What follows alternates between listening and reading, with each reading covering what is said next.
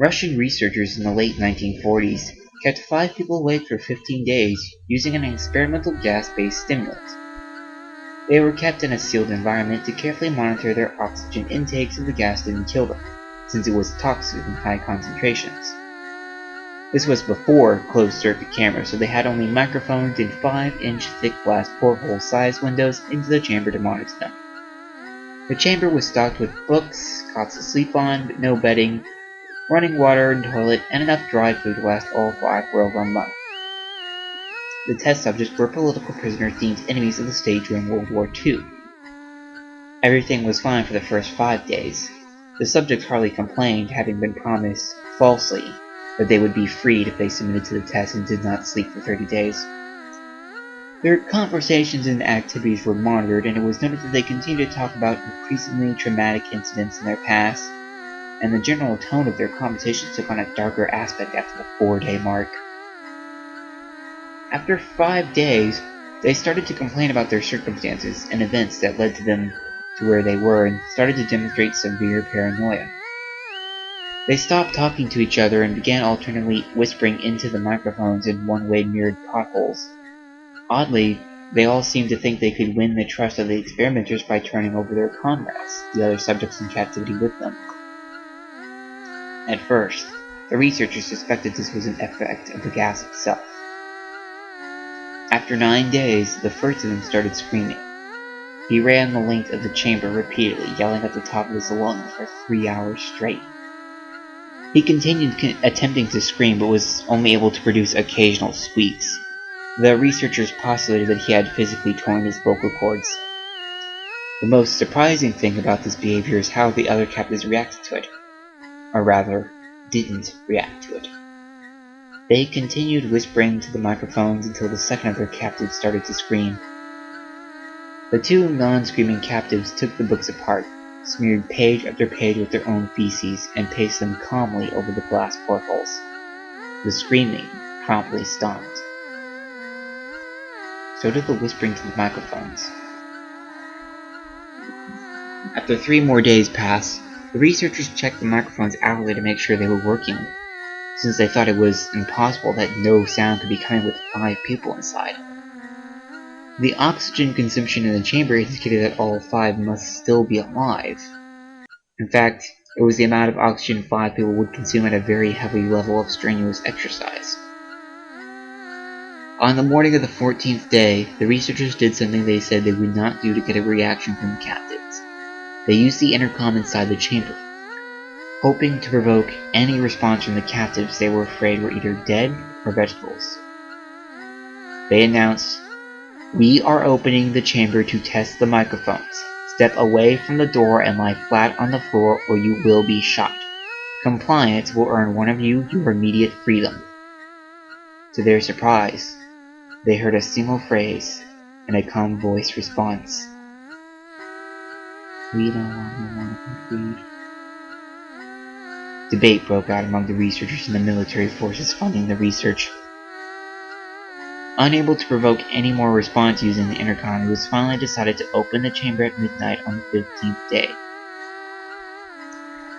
The chamber was flush of the stimulant gas and filled with fresh air, and immediately voices from the microphones began to object. 3 different voices began begging, as if pleading for the lives of loved ones to turn the gas back on. The chamber was open, and soldiers sent in to retrieve the test subjects. They began to scream louder than ever, and so did the soldiers when they saw what was inside. 4 of the 5 subjects were still inside, although no one could rightly call the state that any of them were in was life. The food rations past day 5 had not been so much as touched. There were chunks of meat from the dead subject's thighs and chest stuffed into the drain in the center of the chamber, blocking the drain and allowing 4 inches of water to accumulate in the floor. Precisely how much was water and how much was blood was never determined. All 4 surviving test subjects also had large portions of muscle and skin torn away from their bodies. The destruction of flesh and exposed bone in their fingertips indicated the wounds were inflicted by hand, not with teeth as the researchers initially thought. closer examination of the position and angles of the wounds indicated that most, if not all of them, were self-inflicted. The abdominal organs below the ribcage of all 4 test subjects had been removed, where the heart, lungs, and diaphragm remained in place. The skin and most of the muscles attached to the ribs had been ripped off, exposing the lungs to the ribcage. All the blood vessels and organs remained intact. They had just been taken out and laid on the floor, fanning out around the eviscerated but still living bodies of the subjects. The digestive tract of all 4 could be seen to be working, digesting food. It quickly became apparent that they were digesting was their own flesh that they had ripped off and eaten over the course of days. Most of the soldiers were Russian special operatives at the facility, but still many refused to return to the chamber to remove the test subjects. They continued to scream to be left in the chamber and alternately begged and demanded that the gas be turned back on, lest they fall asleep. To everyone's surprise, the test subjects put up a fierce fight in the process of being removed from the chamber. One of the Russian soldiers died from having his throat ripped out. Another was gravely injured by having his testicles ripped off and an artery in his leg severed by one of the subject's teeth. Another 5 of the soldiers lost their lives if you count the ones that committed suicide in the weeks following the incident. In the struggle, one of the 4 living subjects had his spleen ruptured, and he bled out almost immediately. The medical researchers attempted to sedate him, but this proved impossible. He was injected with more than 10 times the human dose of morphine derivative and still fought like a cornered animal, breaking the ribs and arms of one doctor. When heart was seen to beat for a full 2 minutes after he bled out to the point there was no air in his vascular system, then blood, even after it stopped, he continued to scream and flail for another 3 minutes, struggling to attack anyone in reach and just repeating the word "more" over and over, weaker and weaker, until he finally fell silent. The surviving 3 test subjects were heavily restrained and moved to a medical facility. The 2 with intact vocal cords continuously begging for the gas, demanding to be kept awake. The most injured of the 3 was taken to the only surgical operating room that the facility had.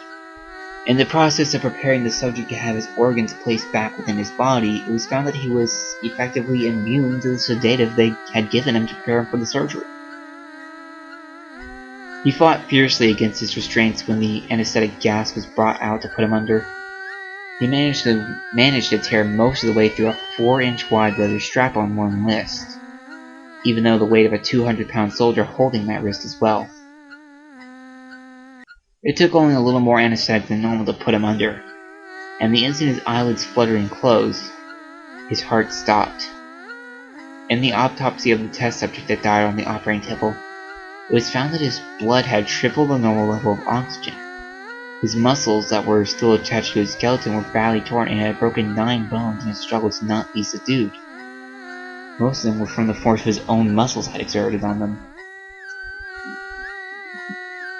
The second survivor had been the first of the group of 5 to start screaming. His vocal cords were destroyed, and he was unable to beg or object to surgery. And he only reacted by shaking his head violently in disapproval when the anesthetic gas was brought near him.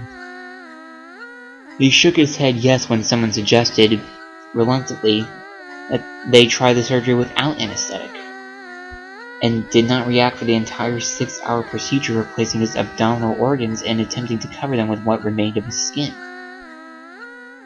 The surgeon presiding stated repeatedly that it should be medically impossible for the patient to still be alive. One terrified nurse assisting the surgery stated that she had seen the patient's mouth curl into a smile several times, whenever his eyes met hers. When the surgery ended, the subject looked at the surgeon and began to wheeze loudly, attempting to talk while struggling. Assuming this must be something of drastic importance, the surgeon had a pen and pad fetched so the patient could write his message. It was simple. It said, "Keep cutting." The other 2 subjects were given the same surgery, both without anesthetic as well, although they had to be injected with a paralytic for the duration of the operation.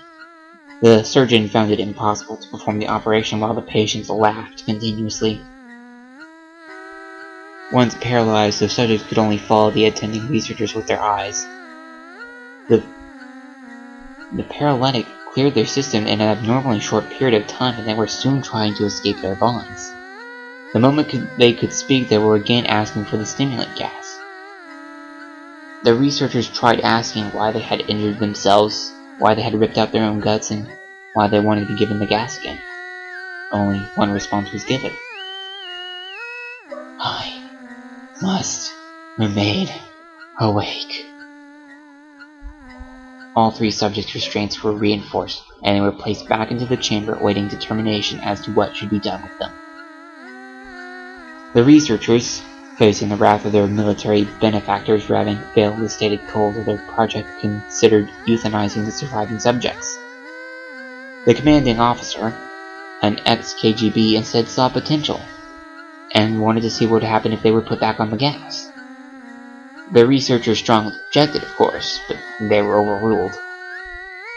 In preparation for being sealed in the chamber again, the subjects were connected to an EEG monitor and had their restraints padded for long-term confinement.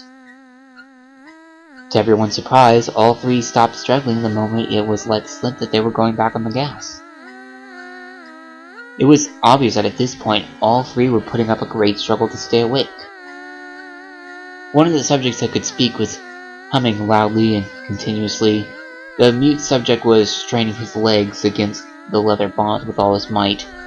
First left, then right, then left again for something to focus on.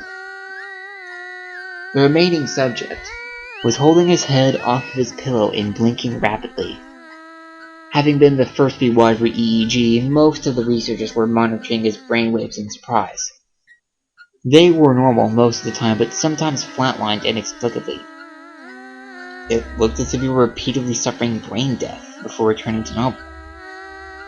As they focused on paper scrolling out of the brainwave monitor, only one nurse saw his eyes slip shut at the same moment his head hit the pillow. His brainwaves immediately changed to that of deep sleep, then flatlined for the last time as his heart simultaneously stopped. The only remaining subject that could speak started screaming to be sealed in. His brainwaves showed the same flatlines as the one who had just died from falling asleep. The commander gave the order to seal the chamber with both subjects inside, as well as 3 researchers. One of the named 3 immediately drew his gun and shot the commander point blank between the eyes, then turned the gun on the mute subject and blew his brains out as well. He pointed his gun at the remaining subject, still restrained to a bed as the remaining members of the medical and research team fled the room. "I won't be locked in here with these things! Not with you!" he screamed at the man strapped to the table. "What are you?" he demanded. "I must know!" The subject smiled. "Have you forgotten so easily?" the subject asked. "We are you. We are the madness that lurks within you all, begging to be free at every moment in your deepest animal mind. We are what you hide from in your beds every night. We are what you sedate into silence and paralysis when you go to that nocturnal haven where we cannot tread." The researcher paused, then aimed at the subject's heart and fired. The EEG flatlined as the subject weakly choked out, "So nearly free."